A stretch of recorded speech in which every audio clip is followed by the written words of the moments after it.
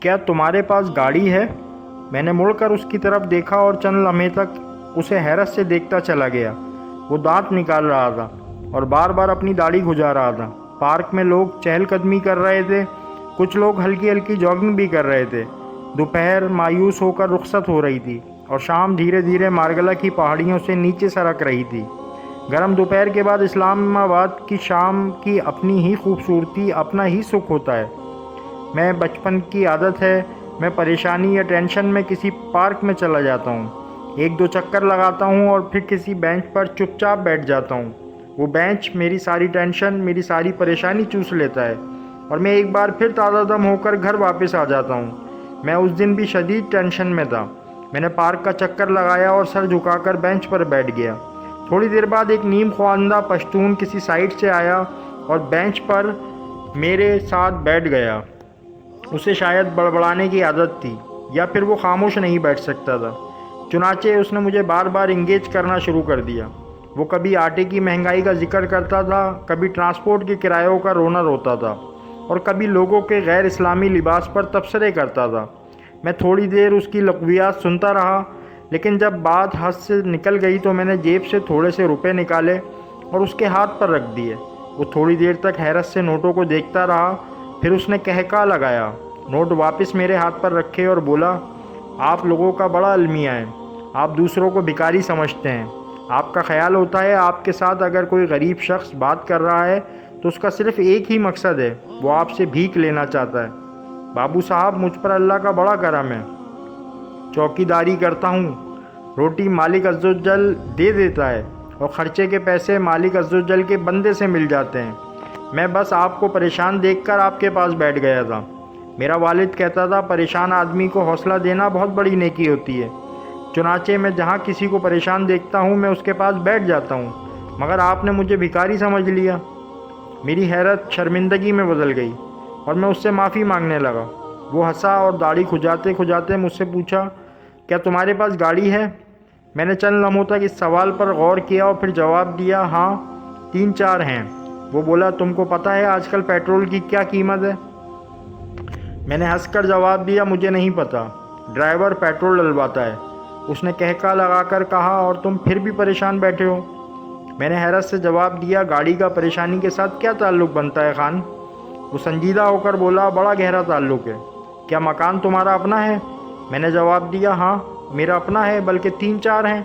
وہ مسکرایا اور پوچھا، کیا بیوی بچے بھی ہیں؟ میں نے فوراً ہاں میں جواب دیا۔ اس نے پوچھا، بچہ لوگ کیا کرتے ہیں؟ میں نے جواب دیا، بیٹے اپنا کاروبار کرتے ہیں اور بیٹیاں پڑھ رہی ہیں۔ اس نے پوچھا، اور کیا تمہاری بیگم صاحبہ کی صحت ٹھیک ہے؟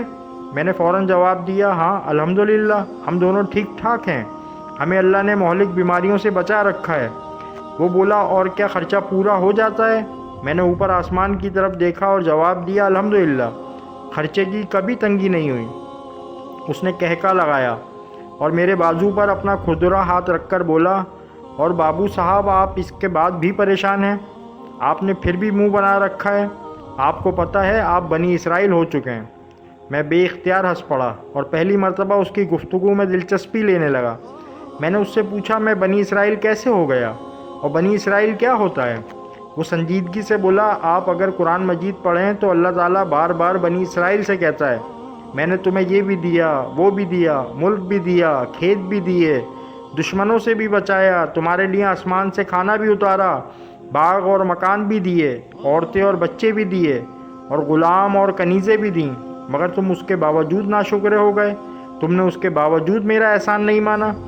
ہمارے مولوی صاحب کہتے ہیں، ساری نعمتوں کے بعد بھی جب کوئی شخص اللہ تعالیٰ کا شکر ادا نہیں کرتا، وہ اس کے احسان یاد نہیں کرتا، تو وہ بنی اسرائیل ہو جاتا ہے، اور پھر اللہ تعالیٰ اسے بنی اسرائیل کی طرح ذلیل کرتا ہے، وہ سب کچھ ہوتے ہوئے بھی سکون اور امن سے محروم ہو جاتا ہے۔ اور آپ بھی مجھے بنی اسرائیل محسوس ہو رہے ہیں، آپ کے پاس اللہ کی دی ہوئی تمام نعمتیں موجود ہیں، مگر آپ ان کے باوجود بینچ پر اداس بیٹھے ہیں۔ مجھے آپ پر ترس آ رہا ہے۔ اب مجھے جھٹکا سا لگا اور میں شرمندگی اور خوف سے اس کی طرف دیکھنے لگا۔ میں اپنے آپ کو پڑھا لکھا اور تجربہ کار سمجھتا تھا، بچپن سے اسلامی کتابیں بھی پڑھ رہا ہوں اور عالموں کی صحبت سے بھی لطف اندوز ہوتا رہتا ہوں، لیکن آپ یقین کریں، بنی اسرائیل کی یہ تھیوری میرے لیے بالکل نئی تھی۔ میں نے قرآن مجید میں جب بھی بنی اسرائیل کے الفاظ پڑھے مجھے محسوس ہوا اللہ تعالیٰ ناشکرے اور نافرمان یہودیوں سے مخاطب ہے۔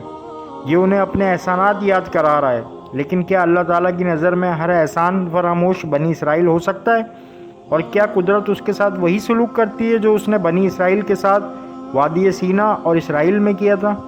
یہ بات میرے لیے نئی تھی۔ میں اپنی جگہ سے اٹھا، اس ان پڑھ پشتون کے ہاتھ کو بوسہ دیا اور پارک سے چپ چاپ باہر آ گیا۔ میں پورے راستے اللہ کی ایک ایک نعمت کو یاد کرتا رہا، اس کا شکر ادا کرتا رہا اور اپنی آستینوں سے اپنے آنسو صاف کرتا رہا۔ میں کیا تھا اور میرے رب نے مجھے کیا بنا دیا، مگر میں اس کے بعد بھی۔ امید کرتے ہیں یہ واقعہ آپ کو پسند آیا ہوگا۔ ایسے مزید واقعات کو سننے کے لیے ہمارے چینل کو لائک کریں، سبسکرائب کریں اور کمنٹ کریں۔ شکریہ۔